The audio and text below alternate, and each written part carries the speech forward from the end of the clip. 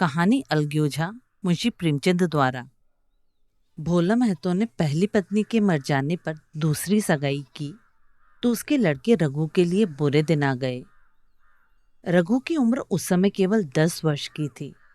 चैन से गांव में गुल्ली डंडे खेला करता था। माँ के आते ही चक्की में जुटना पड़ा।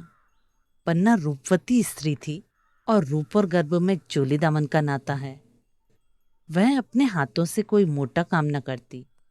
गोबर रघु निकालता, बैलों को सानी रघु देता। रघु ही जूठे बर्तन मांजता। भोला की आंखें कुछ ऐसी फिरी कि उसे अब रघु में सब बुराइयां ही बुराइयां नजर आती। पन्ना की बातों को वह प्राचीन मर्यादा अनुसार आंखें बंद करके मान लेता था। रघु की शिकायतों की जरा भी परवाह न करता। नतीजा यह हुआ कि रघु ने शिकायत करना छोड़ दिया। किसके सामने रोए? बाप ही नहीं, सारा गांव उसका दुश्मन था। बड़ा जिद्दी लड़का है, पन्ना को कुछ समझता ही नहीं। बेचारा उसका दुलार करती है, खिलाती पिलाती है। यह उसी का फल है। दूसरी औरत होती तो निबाह न होता। वह तो कहो, पन्ना इतनी सीधी सादी है कि निबाह होता जाता है। सबल की शिकायतें सब सुनते हैं, निर्बल की फरियाद भी कोई नहीं सुनता। रघु का हृदय माँ की ओर से दिन पर दिन फटता जाता था। यहाँ तक कि 8 साल गुजर गए और एक दिन भोला के नाम मृत्यु का संदेशा पहुंचा। पन्ना के 4 बच्चे थे, 3 बेटे और 1 बेटी। इतना बड़ा खर्च और कमाने वाला कोई नहीं। रघु अब क्यों पूछने लगा? यह मानी हुई बात थी। अपनी स्त्री लाएगा और अलग रहेगा। स्त्री आकर और भी आग लगाएगी। पन्ना को चारों ओर अंधेरा ही अंधेरा दिखाई देता था। पर कुछ भी हो, वह रघु की आश्रय बनकर न रहेगी। जिस घर में उसने राज किया उसमें अब लौंडी न बनेगी। जिस लौंडे को अपना गुलाम समझा उसका मुंह न ताकेगी। वह सुंदर थी, अवस्था भी कुछ ऐसी ज्यादा न थी। जवानी अपनी पूरी बहार पर थी। क्या वह कोई दूसरा घर नहीं कर सकती? यही ना होगा, लोग हंसेंगे। भला से उसकी बिरादरी में क्या ऐसा होता नहीं? ब्राह्मण ठाकुर थोड़े ही ना है कि नाक कट जाएगी। यह तो ऊंची जातों में होता है कि घर में चाहे जो कुछ करो, बाहर पर्दा ढका रहे। वह तो संसार को दिखाकर दूसरा घर कर सकती है। फिर वह रघु की दबैल बनकर क्यों रहे? भोला को मरे 1 महीना गुजर चुका था। संध्या हो गई थी। पन्ना इसी चिंता में पड़ी हुई थी कि सहसा उसे ख्याल आया, लड़के घर में नहीं हैं। यह बैलों के लौटने की बेला है। कहीं कोई लड़का उसके नीचे ना आ जाए। अब द्वार पर कौन है जो उनकी देखभाल करेगा? घर से बाहर निकला तो देखा रघु अपने झोंपड़े में बैठा ऊख की गंडेरियां बना रहा है। तीनों लड़के उसे घेरे खड़े हैं और छोटी लड़की गर्दन में हाथ डाले उसकी पीठ पर सवार होने की चेष्टा कर रही है। पन्ना को अपनी आंखों पर विश्वास न आया। आज तो यह नई बात है। शायद दुनिया को दिखाता है कि मैं अपने भाइयों को कितना चाहता हूँ और मन में छुरी रखी हुई है। घात मिले तो जान ही ले ले। काला सांप है, काला सांप। कठोर स्वर में बोली, तुम सबके सब वहां क्या करते हो? घर में आओ, सांझ की बेला है, गोरू आते होंगे। रघु ने विनीत नेत्रों से देखकर कहा, मैं तो हूं ही काकी, डर किस बात का? बड़ा लड़का केदार बोला, काकी, रघु दादा ने हमारे लिए 2 गाड़ियां बना दी हैं। यह देख, एक पर हम और खुन्नू बैठेंगे, दूसरी पर लक्ष्मण और जुनिया। दादा दोनों गाड़ियां खींचेंगे। यह कहकर वह कोने से छोटी छोटी गाड़ियां निकाल लाया। 4-4 पहिए लगे थे। बैठने के लिए तख्ते और रोक के लिए दोनों तरफ बाजू थे। पन्ना ने आश्चर्य से पूछा, ये गाड़ियां किसने बनाई? केदार ने चिढ़कर कहा, रघु दादा ने बनाई हैं, और किसने? भगत के घर से वसूला और रुखानी मांग लाए और झटपट बना दी। खूब दौड़ती है काकी, बैठ खुन्नू, मैं खींचूं। खुन्नू गाड़ी में बैठ गया। केदार खींचने लगा। चरचर का शोर हुआ, मानो गाड़ी भी इस खेल में लड़कों के साथ शरीक है। लक्ष्मण ने दूसरी गाड़ी पर बैठकर कहा, दादा खींचो। रघु ने झुनिया को भी गाड़ी में बिठा दिया और गाड़ी खींचता हुआ दौड़ा। तीनों लड़के तालियां बजाने लगे। पन्ना चकित नेत्रों से यह दृश्य देख रही थी और सोच रही थी कि यह वही रघु है या और। थोड़ी देर बाद दोनों गाड़ियां लौटीं। लड़के घर में आकर इस यान यात्रा के अनुभव बयान करने लगे। कितने खुश थे सब, मानो हवाई जहाज पर बैठ आए हों। खुन्नू ने कहा, काकी सच, पेड़ दौड़ रहे थे। लक्ष्मण बोला, और बछिया कैसे भागी? सबकी सब दौड़ी। केदार बोला, काकी, रघु काका दोनों गाड़ियां एक साथ खींच ले जाते हैं। जुनिया सबसे छोटी थी। उसकी व्यंजना शक्ति उछल कूद और नेत्रों तक परिमित थी। तालियां बजा बजा कर नाच रही थी। खुन्नू बोला, अब हमारे घर भी गाय आ जाएगी काकी। रघु ने गिरधारी से कहा है कि हमें एक गाय ला दो। गिरधर ने कहा, कल लाऊंगा। केदार बोला, 3 सेर दूध देती है काकी, खूब दूध पिएंगे। इतने में रघु भी अंदर आ गया। पन्ना ने अवहेलना की दृष्टि से देखकर पूछा, क्यों रघु, तुमने गिरधारी से कोई गाय मांगी है? रघु ने क्षमा प्रार्थना के भाव से कहा, हाँ मांगी तो है, कल लावेगा। पन्ना बोली, रुपए किसके घर से आएंगे, यह भी सोचा है? रघु बोला, सब सोच लिया है काकी, मेरी यह मुहर नहीं है, इसके 25 रुपए मिल रहे हैं। 5 रुपए बछिया के मुजरा दे दूंगा, बस गाय अपनी हो जाएगी। पन्ना सन्नाटे में आ गई। अब उसका अविश्वासी मन रघु के प्रेम और सज्जनता को अस्वीकार न कर सका। बोली, मुहर को क्यों बेच देते हो? गाय की अभी कौन जल्दी है? हाथ में पैसे हो जाएं तो ले लेना। सूना सूना गला अच्छा न लगेगा। इतने दिनों गाय नहीं रही तो क्या लड़के नहीं जिए? रघु ने दार्शनिक भाव से बोला, बच्चों के खाने पीने के यही दिन है काकी, इस उम्र में ना खाया तो फिर क्या खाएंगे? मुहर पहनना मुझे अच्छा भी नहीं मालूम होता। लोग समझते होंगे कि बाप तो मर गया, इसे मुहर पहनने की सूझी है। भोला मेहता तो गाय की चिंता ही में चल बसे। ना रुपए आए ना गाय मिली, मजबूर थे। रघु ने वह समस्या कितनी सुगमता से हल कर दी। आज जीवन में पहली बार पन्ना को रघु पर विश्वास आया। बोली, जब गहना ही बेचना है तो अपनी मुहर क्यों बेचोगे, मेरी हंसली ले लेना। रघु बोला, नहीं काकी, वह तुम्हारे गले में बहुत अच्छी लगती है। मर्दों को क्या, मुहर पहने या ना पहने। पन्ना बोली, चल, मैं बूढ़ी हुई, मुझे अब हंसली पहनकर क्या करना है? तू अभी लड़का है, तेरा सूना गला अच्छा न लगेगा। रघु ने मुस्कुराकर बोला, तुम अभी से कैसी बूढ़ी हो गई? गांव में कौन तुम्हारे बराबर है? रघु की सरल आलोचना ने पन्ना को लज्जित कर दिया।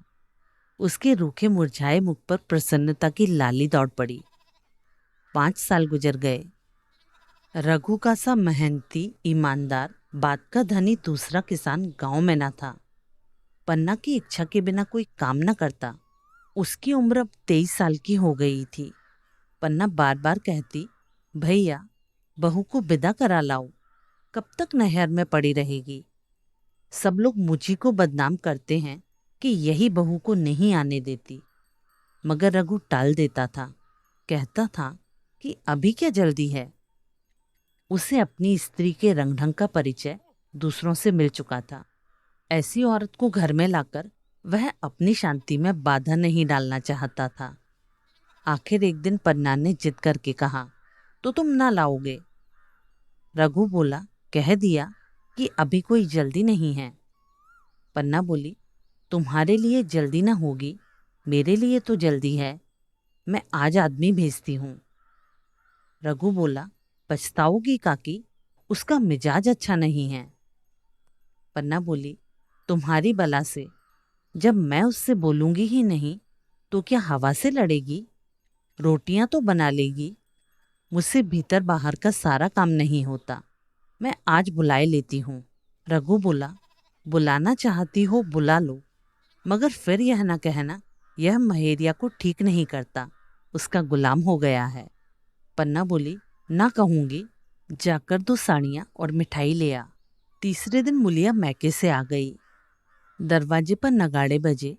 शहनाइयों की मधुर ध्वनि आकाश में गूंजने लगी। मुंह दिखावे की रस्म अदा हुई। वह इस मरुभूमि में निर्मल जलधारा थी।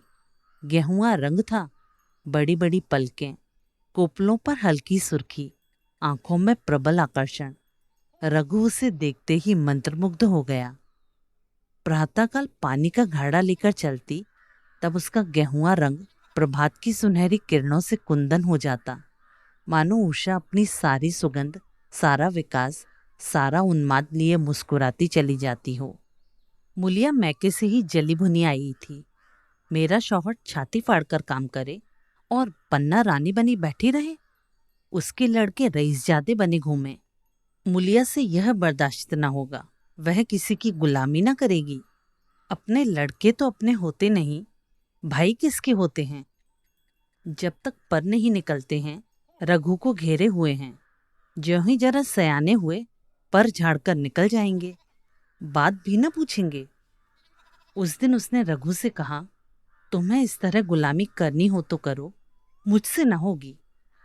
रघु ने कहा, तो फिर क्या करूं, तू ही बता। लड़के तो अभी घर का काम करने लायक भी नहीं हैं। मुलिया बोली, लड़के रावत के हैं, कुछ तुम्हारे नहीं हैं। यही पन्ना है जो तुम्हें दाने दाने को तरसाती थी, सब सुन चुकी हूं। मैं लौंडी बनकर न रहूंगी। रुपए पैसे का मुझे कुछ हिसाब नहीं मिलता। न जाने तुम क्या लाते हो और वह क्या करती है। तुम समझते हो रुपए घर ही में तो हैं, मगर देख लेना तुम्हें जो एक फूटी कौड़ी भी मिले। रघु बोला, रुपए पैसे तेरे हाथ में देने लगूं तो दुनिया क्या कहेगी, यह तो सोच। मुलिया बोली, दुनिया के हाथों बिकी नहीं हूं, देख लेना भाड़ लीप कर हाथ काला ही रहेगा। फिर तुम अपने भाइयों के लिए मरो, मैं क्यों मरूं? रघु ने जवाब ना दिया। उसे जिस बात का भय था वह इतनी जल्दी सिर पर आ पड़ी। अब अगर उसने बहुत तथ्योथंब भी किया तो साल 6 महीने और काम चलेगा। बस आगे यह डोंगा चलता नजर नहीं आता। बकरे की माँ कब तक खैर मनाएगी? एक दिन पन्ना ने महुए का सुखावन डाला। बरसात शुरू हो गई थी। बाखर में अनाज गीला हो रहा था। मुलिया से बोली, बहू जरा देखती रहना, मैं तालाब से नहा आऊं। मुलिया ने लापरवाही से कहा, मुझे नींद आ रही है, तुम बैठकर देखो। एक दिन ना नहाओगी तो क्या होगा? पन्ना ने साड़ी उठाकर रख दी, नहाने ना गई। मुलिया का बार खाली गया। कई दिन के बाद एक शाम को पन्ना धान रोप कर लौटी। अंधेरा हो गया था। दिन भर की भूखी थी।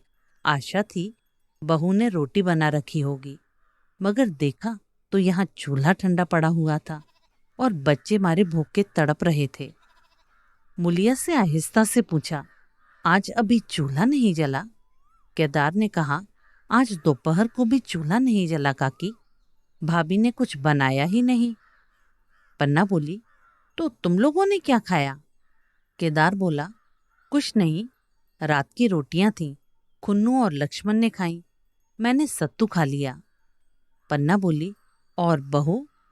केदार बोला, वह तो पड़ी सो रही हैं, कुछ नहीं खाया। पन्ना ने उसी वक्त चूल्हा जलाया और खाना बनाने बैठ गई। आटा गूंथती थी और रोती थी। क्या नसीब है, दिन भर खेत में जली, घर आई तो चूल्हे के सामने जलना पड़ा। केदार का 14वां साल था। भाभी के रंगटंग देखकर सारी स्थिति समझ रहा था।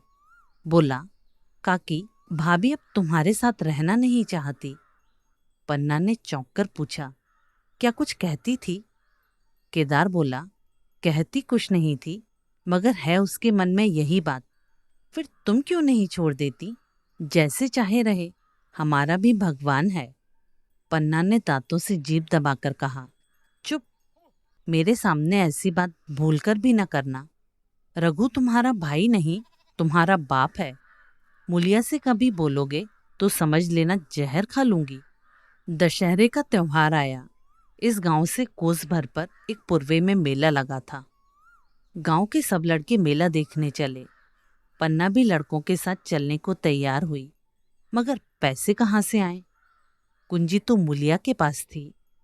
रघु ने आकर मुलिया से कहा, लड़के मेले देखने जा रहे हैं, सबों को 2-2 आने पैसे दे दे।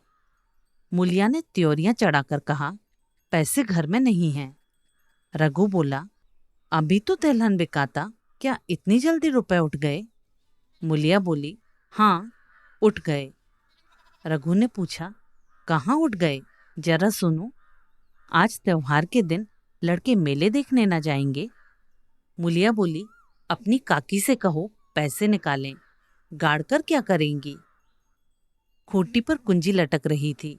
रघु ने कुंजी उतारी और चाहा कि संदूक खोले कि मुलिया ने उसका हाथ पकड़ लिया और बोली, कुंजी मुझे दे दो, नहीं तो ठीक ना होगा। खाने पहनने को भी चाहिए, कागज किताब को भी चाहिए, उस पर मेला देखने को भी चाहिए। हमारी कमाई इसलिए नहीं है कि दूसरे खाएं और मूंछों पर ताव दें। पन्ना ने रघु से कहा, भैया पैसे क्या होंगे, लड़के मेले देखने न जाएंगे? रघु ने झिड़क कर कहा, मेला देखने क्यों न जाएंगे, सारा गांव जा रहा है, हमारे ही लड़के न जाएंगे? यह कहकर रघु ने अपना हाथ छुड़ा लिया और पैसे निकालकर लड़कों को दे दिए। मगर जब कुंजी मुलिया को देने लगा तब उसने उसे आंगन में फेंक दिया और मुंह लपेटकर लेट गई। लड़के मेले देखने ना गए। इसके बाद 2 दिन गुजर गए। मुलिया ने कुछ नहीं खाया और पन्ना भी भूखी रही। रघु कभी इसे मनाता, कभी उसे, पर ना यह उठती न वह। आखिर रघु ने हैरान होकर मुलिया से पूछा, कुछ मुंह से कहे, चाहती क्या है? मुलिया ने धरती को संबोधित करके कहा, मैं कुछ नहीं चाहती, तू मुझे मेरे घर पहुंचा दे। रघु बोला, अच्छा उठ, बना खा, पहुंचा दूंगा। मुलिया ने रघु की ओर आंख उठाई। रघु उसकी सूरत देखकर डर गया। वह माधुर्य, वह मोहकता, वह लावण्य गायब हो गया था। दांत निकल आए थे, आंखें फट गई थी और नथुने फड़क रहे थे। अंगारे किसी लाल आंखों से देखकर बोली, अच्छा तो काकी ने यह सलाह दी है, यह मंत्र पढ़ाया है, तो यहाँ ऐसी कच्ची नहीं हूं, तुम दोनों की छाती पर मूंग दलूंगी, हो किस फेर में? रघु बोला, अच्छा तो मूंग ही दल लेना, कुछ खा पी लेगी तभी तो मूंग दल सकेगी। मुलिया बोली, अब तो तभी मुंह में पानी डालूंगी जब घर अलग हो जाएगा, बहुत झेल चुकी, अब नहीं झेला जाता। रघु सन्नाटे में आ गया। 1 मिनट तक तो उसके मुंह से आवाज ही न निकली। अलग होने की उसने स्वप्न में भी कल्पना न की थी। उसने गांव में 2-4 परिवारों को अलग होते देखा था। वह खूब जानता था, रोटी के साथ लोगों के हृदय भी अलग हो जाते हैं, अपने हमेशा के लिए गैर हो जाते हैं। फिर उसमें वही नाता रह जाता है जो गांव के और दूसरे आदमियों में। रघु ने मन में ठान लिया था कि इस विपत्ति को घर न आने दूंगा, मगर होनहार के सामने उसकी एक न चली। आह, मेरे मुंह पर कालिख लगेगी। दुनिया यही कहेगी कि बाप के मर जाने पर 10 साल भी एक में निभाना न हो सका। फिर किससे अलग हो जाऊं? जिनको गोद में खिलाया, जिनको बच्चों की तरह पाला, जिनके लिए तरह तरह के कष्ट सहे, उन्हीं से अलग हो जाऊं? अपने प्यारों को घर से निकाल बाहर करूं? उसका गला फंस गया। कांपते हुए स्वर में बोला, तू क्या चाहती है कि मैं अपने भाइयों से अलग हो जाऊं? भला सोचो तो, कहीं मुंह दिखाने लायक रहूंगा?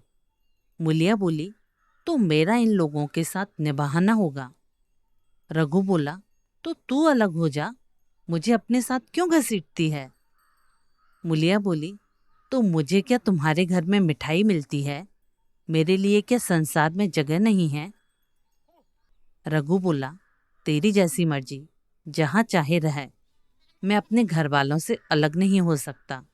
जिस दिन इस घर में 2 चूल्हे हो जाएंगे, उस दिन मेरे कलेजे के भी 2 टुकड़े हो जाएंगे। मैं यह चोट नहीं सह सकता। तुझे जो तकलीफ हो वह मैं दूर कर सकता हूँ।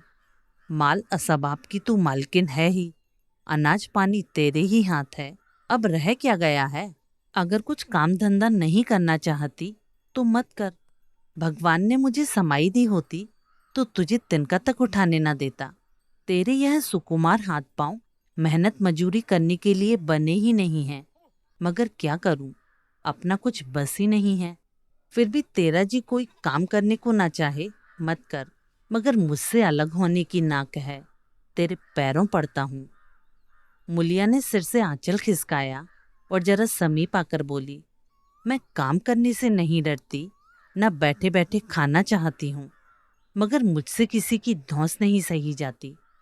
तुम्हारी ही काकी घर का कामकाज करती हैं तो अपने लिए करती हैं, अपने बाल बच्चों के लिए करती हैं, मुझ पर कुछ एहसान नहीं करती, फिर मुझ पर धौंस क्यों जमाती हैं? उन्हें अपने बच्चे प्यारे होंगे, मुझे तो तुम्हारा आसरा है।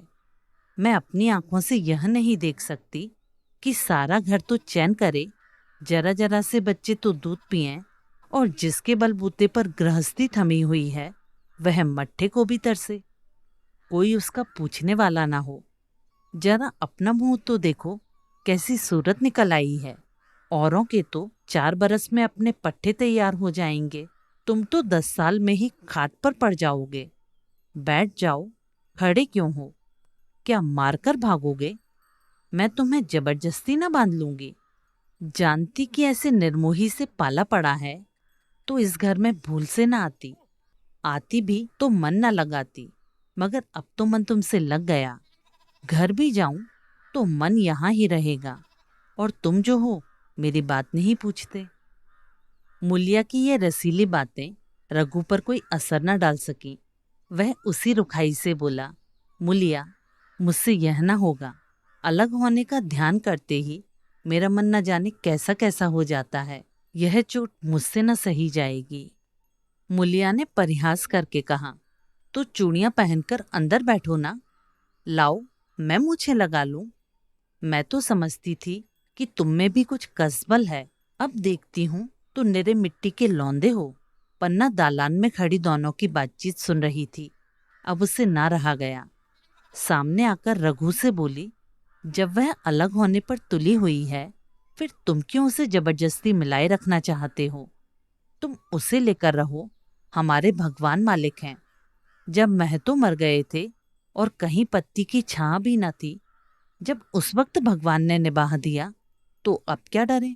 अब तो भगवान की दया से तीनों लड़के सयाने हो गए हैं, अब कोई चिंता नहीं।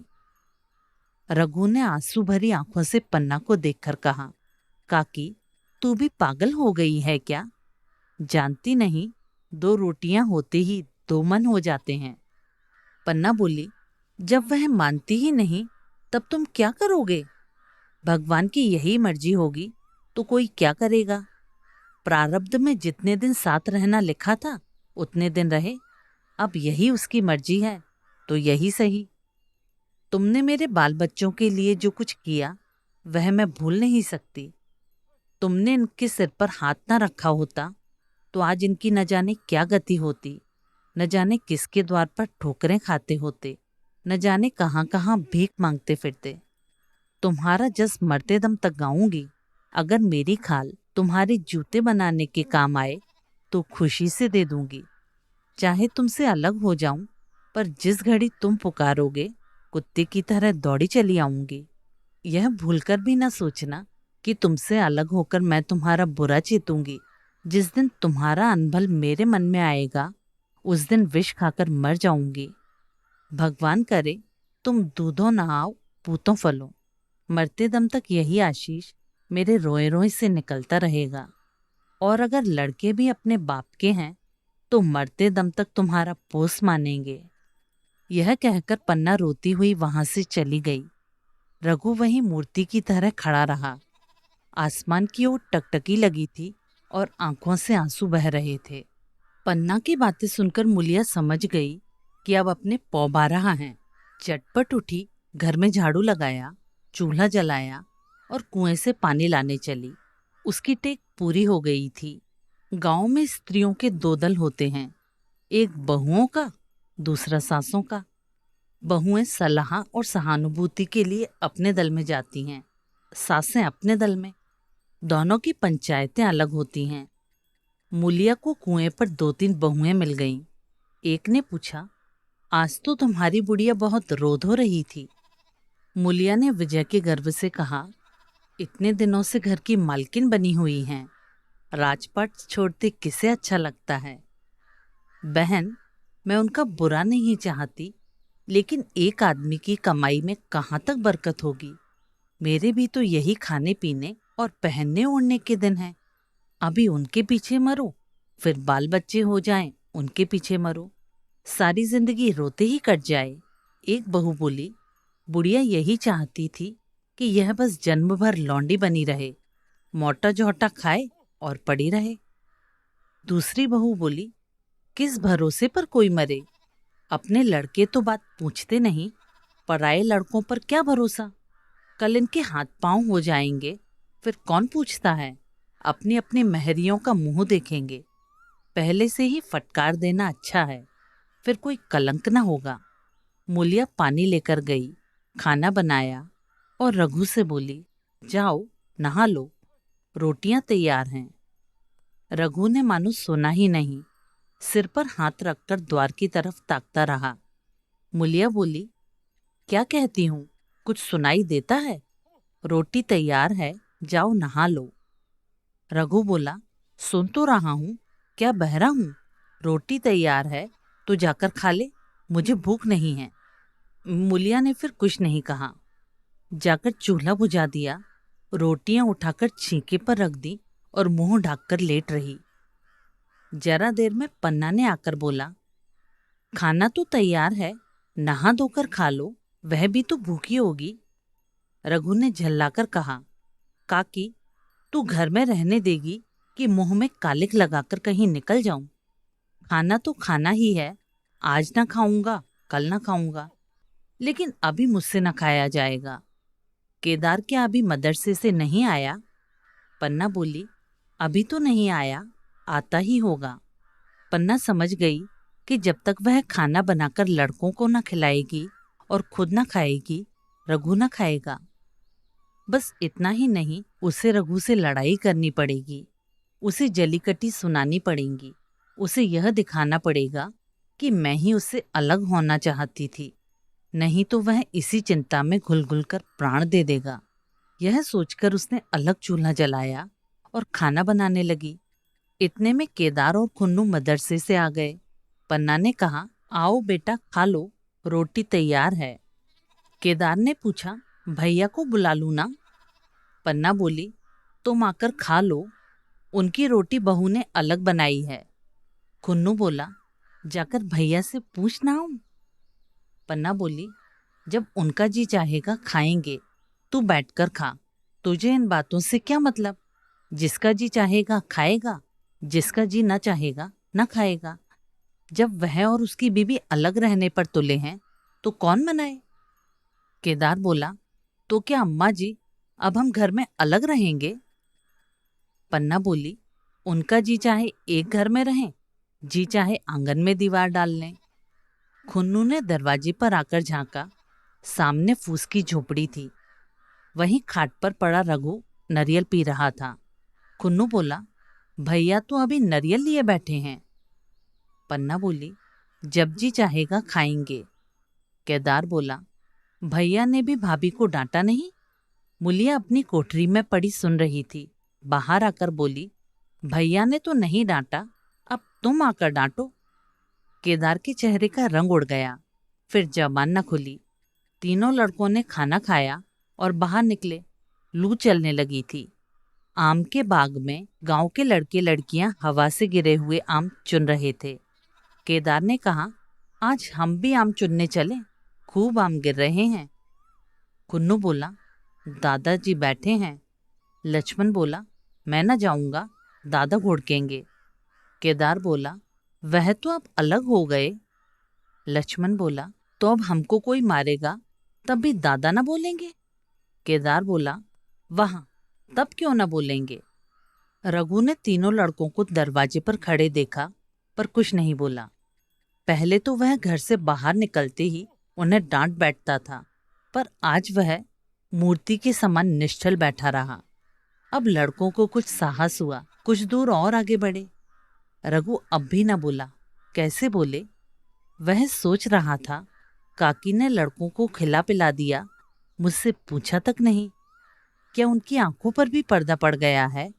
अगर मैंने लड़कों को पुकारा और वह न आए तो मैं उनको मारपीट तो सकूंगा।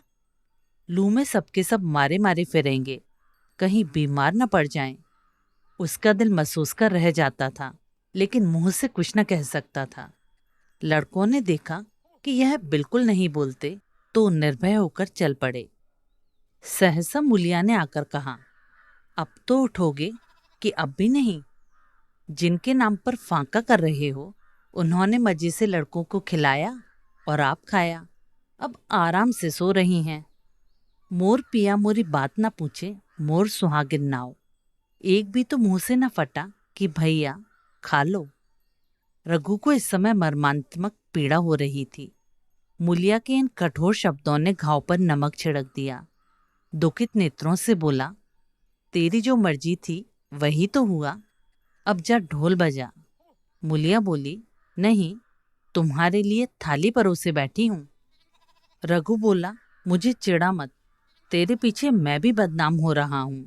जब तू किसी की होकर नहीं रहना चाहती, तो दूसरों को क्या गरज कि तेरी खुशामद करें। जाकर काकी से पूछ, लड़के आम चुनने गए हैं, उन्हें पकड़ लाऊं?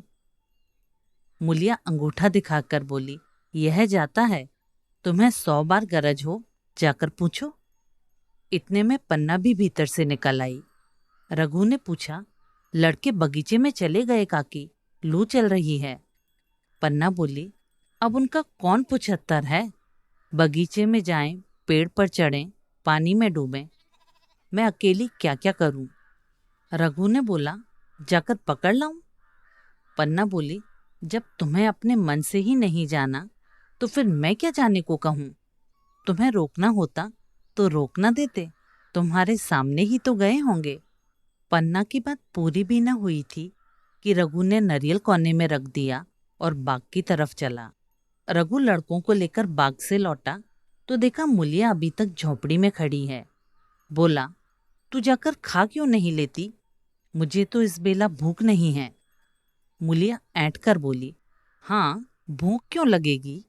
भाइयों ने खाया, वह तुम्हारे पेट में पहुंच गया होगा। रघु ने दांत पीसकर कहा, मुझे जला मत मुलिया, नहीं तो अच्छा ना होगा। खाना कहीं भागा नहीं जाता। एक बेला ना खाऊंगा तो मर ना जाऊंगा। क्या तू समझती है घर में और कोई छोटी बात हो गई है? तूने घर में चूल्हा नहीं जलाया, मेरे कलेजे में आग लगाई है। मुझे घमंड था कि और चाहे कुछ हो जाए, पर मेरे घर में फूट का रोग ना आने पाएगा। पर तूने मेरा घमंड चूर कर दिया, प्रारब्ध की बात है। मुलिया तुनक्कर बोली, सारा मोह छो तुम्ही को है या और किसी को भी है? मैं तो किसी को तुम्हारी तरह बिसुरते नहीं देखती। रघु ने ठंडी सांस खींचकर कहा, मुलिया, घाव पर नौन न छिड़क, तेरे ही कारण मेरी पीठ में धूल लग रही है। मुझे इस गृहस्थी का मोह न होगा तो किसे होगा? मैंने ही तो इसे मरमर जोड़ा। जिनको गोद में खिलाया वही अब मेरे पट्टेदार होंगे। जिन बच्चों को मैं डांटता था, उन्हें आज कड़ी आंखों से भी नहीं देख सकता। मैं उनके भले के लिए भी कोई बात करूं तो दुनिया यही कहेगी कि यह अपने भाइयों को लूटे लेता है। जा, मुझे अभी छोड़ दे, मुझसे अभी कुछ न खाया जाएगा। मुलिया बोली, मैं कसम रखा दूंगी, नहीं चुपके से चले चलो। रघु बोला, देख, अब भी कुछ नहीं बिगड़ा है, अपनी हट छोड़ दे। मुलिया बोली, हमारा ही लहू पिए जो खाने ना उठे। रघु ने कानों पर हाथ रखकर कहा, यह तूने क्या किया मुलिया? मैं तो उठ ही रहा था, चल खा लूं। नहाने धोने कौन जाए, लेकिन इतना कह देता हूं कि चाहे 4 की जगह 6 रोटियां खा जाऊं, चाहे तू मुझे घी के मटके में ही डुबा दे, पर यह दाग मेरे दिल से न मिटेगा। मुलिया बोली, दाग साग सब मिट जाएगा, पहले सबको ऐसा ही लगता है। देखते नहीं हो उधर कैसी चैन की बंसी बज रही है। वह तो मना ही रही थी कि किसी तरह यह सब अलग हो जाएं। अब वह सब पहले किसी चांदी तो नहीं कि जो कुछ घर में आवे सब गायब। अब क्यों हमारे साथ रहने लगी? रघु ने आहत स्वर में कहा, इसी बात को तो मुझे गम है, काकी से ऐसी आशा ना थी। रघु खाने बैठा तो कौर विष के घूंट सा लगता था। जान पड़ता था रोटियां भूसी की हैं। दाल पानी की सी लगती थी। पानी भी कंठ के नीचे न उतरता था। दूध की तरफ देखा तक नहीं। 2-4 ग्रास खाकर उठाया, जैसे किसी प्रियजन के श्राद्ध का भोजन हो। रात का भोजन भी उसने इसी तरह किया।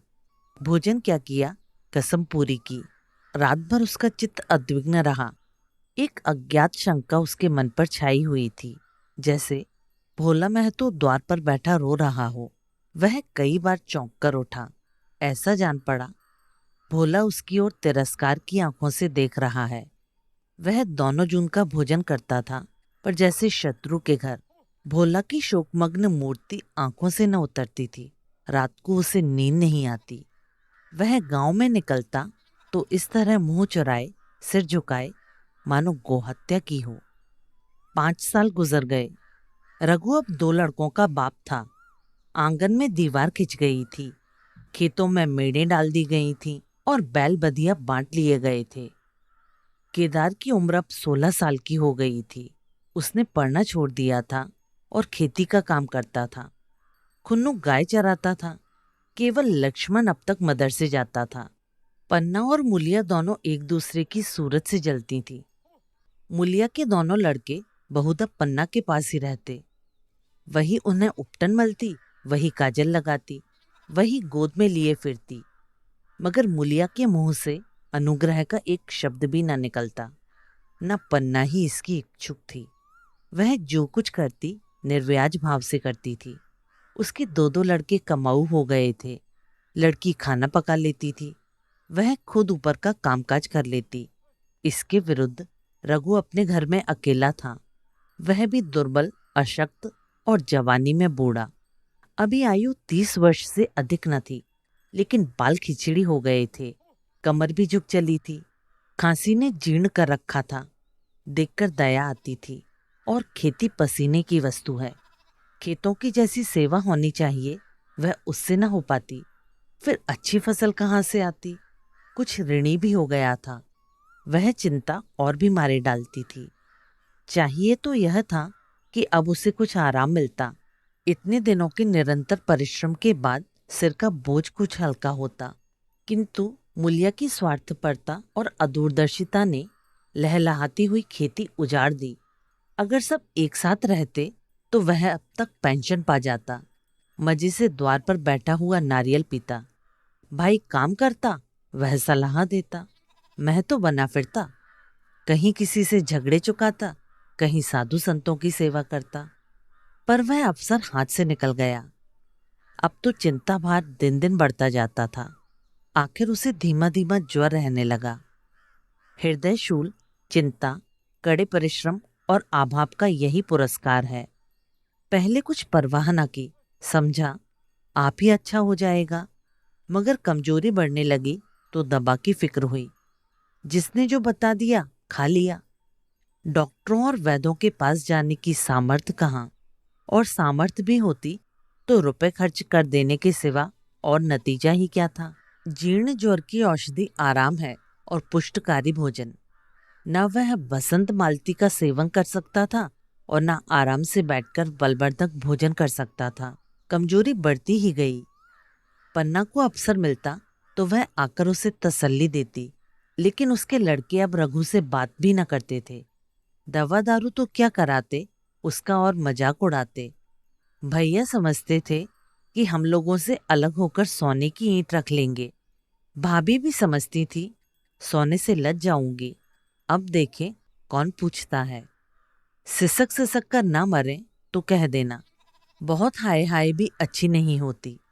आदमी उतना ही काम करे जितना हो सके, यह नहीं कि रुपए के लिए जान ही दे दे। पन्ना कहती, रघु बेचारे का कौन दोष है। केदार कहता, चल मैं खूब समझता हूँ। भैया की जगह मैं होता तो डंडे से बात करता। मजाल थी कि औरत यूं जिद करती। यह सब भैया की चाल थी, सब सदी बदी बात थी। आखिर एक दिन रघु का टिमटिमाता हुआ जीवन दीपक बुझ गया। मौत ने सारी चिंताओं का अंत कर दिया। अंत समय उसने केदार को बुलाया था, पर केदार को ऊँट में पानी देना था। डरा कहीं दवा के लिए ना भेज दें, बहाना बना दिया। मुलिया का जीवन अंधकारमय हो गया। जिस भूमि पर उसने मंसूबों की दीवार खड़ी की थी, अब नीचे से खिसक गई थी। जिस खूंटे के बल पर वह उछल रही थी, वह उखड़ गया था। गांव वालों ने कहना शुरू किया, ईश्वर ने कैसा तत्काल दंड दिया। बेचारी मारे लाज के अपने बच्चों के लिए रोया करती। गांव में किसी को मुंह दिखाने का साहस न होता। प्रत्येक प्राणी उससे यह कहता हुआ मालूम होता, मारे घमंड की धरती पर पाँव न रखती थी। आखिर सजा मिल गई कि नहीं? अब इस घर में कैसे निबाह होगा? वह किसके सहारे रहेगी? किसके बल पर खेती होगी? बेचारा रघु बीमार था, दुर्बल था, पर जब तक जीता रहा अपना काम करता रहा। मारे कमजोरी के कभी कभी सिर पकड़कर बैठ जाता और जरा दम लेकर फिर हाथ चलाने लगता था। सारी खेती तहस नहस हो रही थी, उसे कौन संभालेगा? अनाज की डांटें खलियान में पड़ी थीं, ऊख खलक सूख रही थी। वह अकेली क्या क्या करेगी? फिर सिंचाई अकेले आदमी का तो काम नहीं। 3-3 मजदूरों को कहाँ से लाए? गांव में मजूर ही थे कितने। आदमियों के लिए खींचातानी हो रही थी, क्या करे क्या न करे। इस तरह 13 दिन बीत गए। क्रियाकर्म से छुट्टी मिली। दूसरे दिन सवेरे मुलिया ने दोनों बालकों को गोद में उठाया और अनाज मारने चली। खलिहान में पहुंचकर उसने एक को तो पेड़ के नीचे घास के नर्म बिस्तर पर सुला दिया और दूसरे को वहीं बैठाकर अनाज मारने लगी। बैलों को हाँकती थी और रोती थी। क्या इसलिए भगवान ने उसको जन्म दिया था? देखते देखते क्या से क्या हो गया। इन्हीं दिनों पिछले साल भी अनाज मारा गया था। वह रघु के लिए लोटे में शरबत और मटर की घुंघनी लेकर आई थी। आज कोई उसके न आगे है न पीछे, लेकिन किसी की लौंडी तो नहीं हूं। उसे अलग होने का अब भी पछतावा न था। एकाएक छोटे बच्चे का रोना सुनकर उसने उधर ताका तो बड़ा लड़का उसे चुमकार कर कह रहा था, भैया चुप रहो चुप रहो। धीरे धीरे उसके मुंह पर हाथ फेरता था और चुप करने के लिए विकल था। जब बच्चा किसी तरह न चुप हुआ तो वह खुद उसके पास लेट गया और उसे छाती से लगाकर प्यार करने लगा। मगर जब यह प्रयत्न भी सफल न हुआ तो वह रोने लगा। उसी समय पन्ना दौड़ी आई और छोटे बालक को गोद में उठाकर प्यार करती हुई बोली, लड़कों को मुझे क्यों न दे आई बहू? हाय हाय, अभी बेचारा धरती पर पड़ा लोट रहा है। जब मैं मर जाऊं तो जो जी चाहे करना, अभी तो जीती हूं। अलग हो जाने से बच्चे तो नहीं अलग हो गए। मुलिया ने कहा, तुम्हें भी तो छुट्टी नहीं थी अम्मा, क्या करती? पन्ना बोली, तो तुझे यहाँ आने की ऐसी क्या जल्दी थी? ठाड़ मार न जाती तो 3-3 लड़के तो हैं और किस दिन काम आएंगे? केदार तो कल ही मारने को कह रहा था, पर मैंने कहा पहले ऊख में पानी दे लो फिर अनाज मारना। मड़ाई तो 10 दिन बाद भी हो सकती है। ऊख की सिंचाई ना हुई तो सूख जाएगी। कल से पानी चढ़ा हुआ है, परसों तक खेत पुर जाएगा, तब मड़ाई हो जाएगी। तुझे विश्वास ना आवेगा, जब से भैया मरे हैं केदार को बड़ी चिंता हो गई है। दिन में 100-100 बार पूछता है, भाभी बहुत रोती तो नहीं है? देख, लड़के भूखे तो नहीं हैं। कोई लड़का रोता है तो दौड़ा आता है, देख अम्मा क्या हुआ, बच्चा क्यों रोता है? कल रोकर बोला, अम्मा मैं जानता कि भैया इतनी जल्दी चले जाएंगे तो उनकी सेवा कर लेता। कहाँ जगाए जगाए उठता था, अब देखती हो पहर रात से उठकर काम में लग जाता है। खुन्नू कल जरा सा बोला, पहले हम अपनी ऊख में पानी दे लेंगे, तब भैया की ऊख में देंगे। उस पर केदार ने ऐसा डांटा कि खुन्नू के मुंह से फिर बात न निकली। बोला, कैसी तुम्हारी ऊख, कैसी हमारी ऊख। भैया ने जिला न किया होता तो आज या तो मर गए होते या कहीं भीख मांगते। आज तुम बड़े ऊख वाले बने हो। यह उन्हीं का पुण्य प्रताप है कि आज भले आदमी बने बैठे हो। परसों रोटी खाने को बुलाने गई तो मड़ैया में बैठा रो रहा था। पूछा, क्यों रोता है? तो बोला, अम्मा भैया इसी अलग्योजे से दुख में मर गए, नहीं अभी उनकी उम्र ही क्या थी। यह उस वक्त न सूझा, नहीं उनसे क्यों बिगाड़ करते। यह कहकर पन्ना ने मुलिया की ओर संकेतपूर्ण दृष्टि से देखकर कहा, तुम्हें वह अलग न रहने देगा बहू। कहता है, भैया हमारे लिए मर गए तो हम भी उनके बाल बच्चों के लिए मर जाएंगे। मुलिया की आंखों में आंसू जारी थे। पन्ना की बातों में आज सच्ची वेदना, सच्ची सांत्वना, सच्ची सचिंता भरी हुई थी। मुलिया का मन कभी उसकी ओर इतना आकर्षित न हुआ था। जिनसे उसे व्यंग और प्रतिकार का भय था, वह इतने दयालु, इतने सुभिक्षु हो गए थे। आज पहली बार उसे अपनी स्वार्थपरता पर लज्जा आई। पहली बार आत्मा ने अलग्योझा पर धिक्कारा। इस घटना को 5 साल गुजर गए। पन्ना आज बूढ़ी हो गई है। केदार घर का मालिक है, मुलिया घर की मालकिन। खुन्नू और लक्ष्मण के विवाह हो चुके हैं, मगर केदार अभी तक कुंवारा है। कहता है, मैं ब्याह न करूंगा। कई जगहों से बातचीत हुई, कई सगाइयां आई, पर उसने हामी न भरी। पन्ना ने कंपे लगाए, जाल फैलाए, पर वह न फंसा। कहता, औरतों से कौन सुख। महेरिया घर में आई और आदमी का मिजाज बदला। फिर जो कुछ है वह महेरिया है।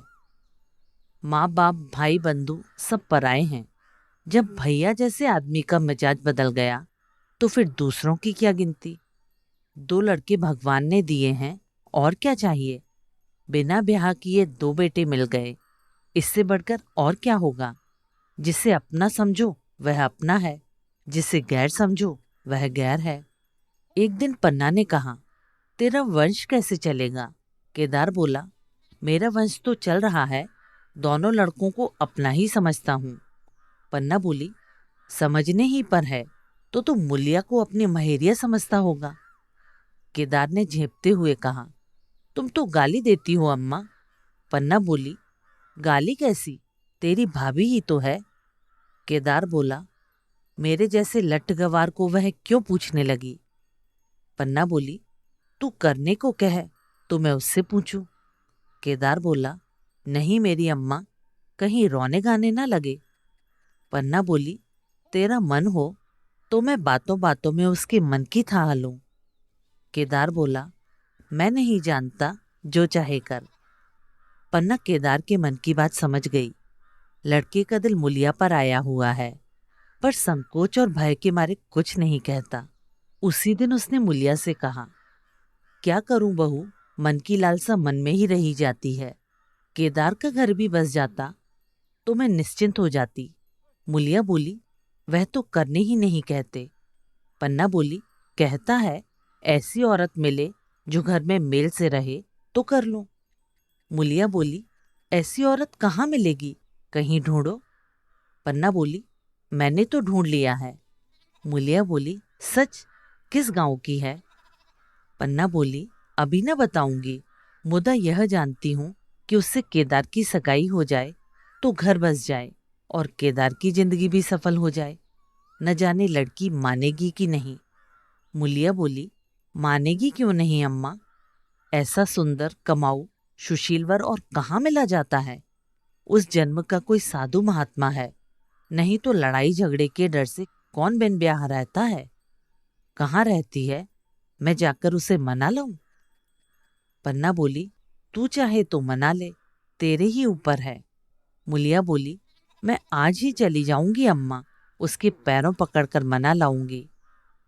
पन्ना बोली, बता दूं, वह तू ही है। मुलिया लजाकर बोली, तुम तो अम्मा जी गाली देती हो। पन्ना बोली, गाली कैसी, देवर ही तो है। मुलिया बोली, मुझ जैसी बुढ़िया को वह क्यों पूछेगा। पन्ना बोली, वह तुझी पर दांत लगाए बैठा है, तेरे सिवा और कोई उसे भाती ही नहीं। डर के मारे कहता नहीं, पर उसके मन की बात मैं जानती हूँ। वैदव्य के शोक से मुरझाया हुआ मुलिया का पीत बदन कमल की भांति अरुण हो उठा। 10 वर्षों में जो कुछ खोया था, उसी एक क्षण में मानो ब्याज के साथ मिल गया। वही लावण्य, वही विकास, वही आकर्षण, वही लोच।